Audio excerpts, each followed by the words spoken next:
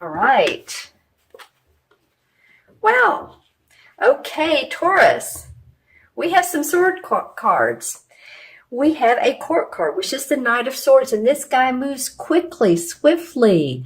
The swords are about our thinking, our thoughts, our worry, our fears.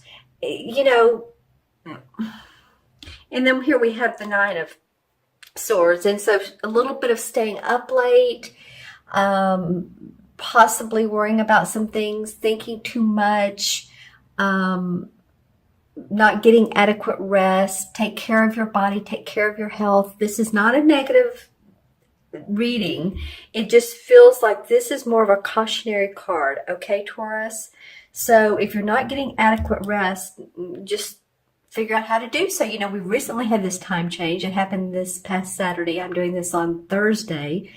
And I've heard people say that their inner clocks are all off. Mine has, knock on wood, has been okay, but I understand our internal clocks are used to a certain time frame, and so this feels like it may be it. Also, health-wise, just take care of you, okay? I say that a lot to my clients, but I'm very serious about it.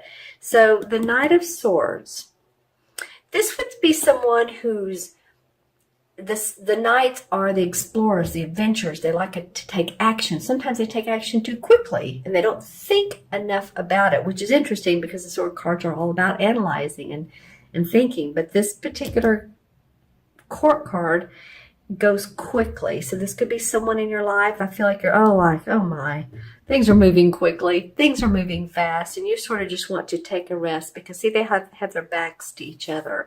So I hope you're able to do that. You know, if you live in the U.S., then there's Thanksgiving, and hopefully during that time you can see family, you can rest, you can take care of yourself, you know, do those types of things. What else might this also represent?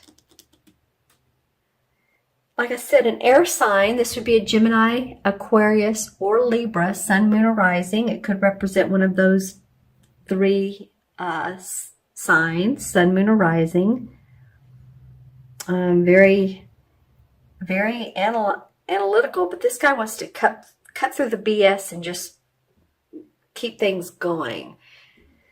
So I had to take a deep breath when I said that. It just feels like someone is really wanting to drive forward, and possibly it's just like, oh my, okay, get some rest. All right, Taurus. Let's see what the first part of December. I kept saying the first part of December, so it must be important. Well, I like these cards. Okay. There's more, feels like there's more color in these two. We have some red here, but we have a lot of icy white, and then we have some black, and this feels more red, orange. So, you know, maybe that's what I was picking up on is this first 2 weeks of December. Here we have the Three of Cups, which is about celebration, which is about friends getting together. It can often mean wedding, celebrating a wedding, graduation. So that feels very good, and I love that. The Emperor card is the archetypal father figure, or government, or judge, or, you know, again, father. He's like the boss. He has the final answer. And this would be a male figure if it is in fact a person in your life. If not, it represents those qualities. So I'm just looking at these two cards here where this person's like wanting to take action so much, but yet we have a stable, calm essence around here. And I think possibly if things are feeling like they're moving too quickly, then we sort of get a handle on things in the first 2 weeks of December. Maybe, you know, the end of November, like I said, beginning of December you start to relax more. Let's see what the transition card can be between month to month. The Page of Wands. Okay, so we have a page. It's another court card. He's a young guy. And the wands are, of course, about our work, what we do, what we put out in the world, our passion, our creativity. And the page is young. So, of course, the young dudes bring news. So possibly hearing news. Now, this sometimes can be of a birth or the birth of an idea, birth of a job, birth of a project, birth of a relationship. But I feel like something's going to transition for you.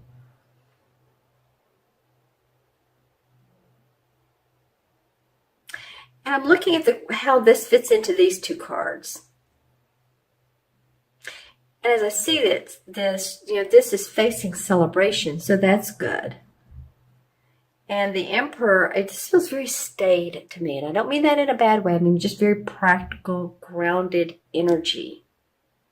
Practical, grounded energy. Authority. Maybe this, in your life, this person here needs it. And so in your organization, whatever, there just needs to be more of a, someone take control of this situation. Again, this represents Capricorn, but it could be you. It could be because you guys are so grounded. So you have swords, wands, and cups in your reading. All right. Let's take a look at the crystal and see what else. It'll be this crystal. I'll hold it to the side. And this is for Taurus, November 15th through December 15th. What comes up for Taurus, Sun, Moon, or Rising? Any colors? Like what chakra might... Okay, so this is coming up. Some golden amber, which would be the third chakra, which would be this one. It's about owning your inner confidence, your strength, the I am. Excuse me. It's also where we hold our emotions, so taking care of the body, the digestive area. For me, the throat. There's nothing wrong with my throat. I just have a tickle today. Let's see what else for Taurus. You know what? Since I did that, it might be your throat. Take care of your throat, Taurus. Some of you may be experiencing allergies, colds, hopefully not flus. Just saying, this is the time of year. So this might be this rest card. Is just, I know a lot of you want to communicate and all with family and all coming up for the holidays. Well, this would be a hard visual to describe. There's a lot of activity. It's beautiful.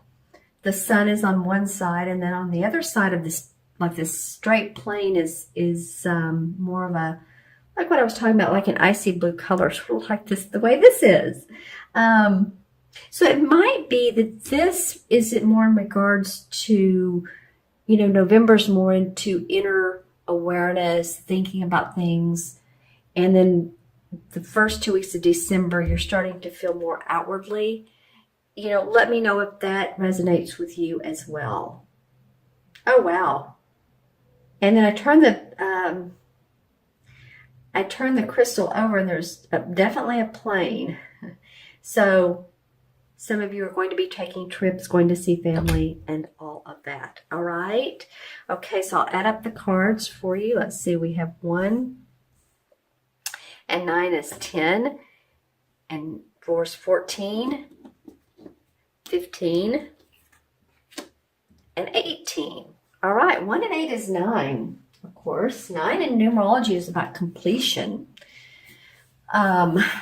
Not being judgmental. It's a high vibration number. Letting go, the ability to let go of what you don't need, and that can mean items you have, or it can mean relationships or friendships, romantic partnerships that don't serve you any longer. There's a lot of, like I said, the high vibration is the 9. So it's in your best interest to feel complete, to know that you're on the right road. Okay, and the 9 excuse me, I'm going towards the 18. Never mind. I know I get called out when I do that. It's like, no, there's an 18 in the tarot. Or the major arcanas. Why didn't you use that one instead? It's like, okay. I reminded myself. So the 18 in the major arcana is the moon card, interestingly enough. And the moon card represents the sign of Cancer. So if any of you all have friends, family that are, sun, moon, or rising sign is Cancer, this card usually means a hidden path. If you think about this card, there is a path. There's a huge moon above it and a face in the moon. And then there's 2 coyotes on each side of the path. And then there's a crab. So it's like, ooh, secrets, hidden agendas. Which way do we go? A scary path. Not scary is really scary, but sort of, how do I want to say this? Not sure of. But it's also a card where I always tell people, use your intuition. You know what to do. There can also be, indigestion, heartburn. This card can indicate that. Drug use. So it's a real hidden agenda type of card.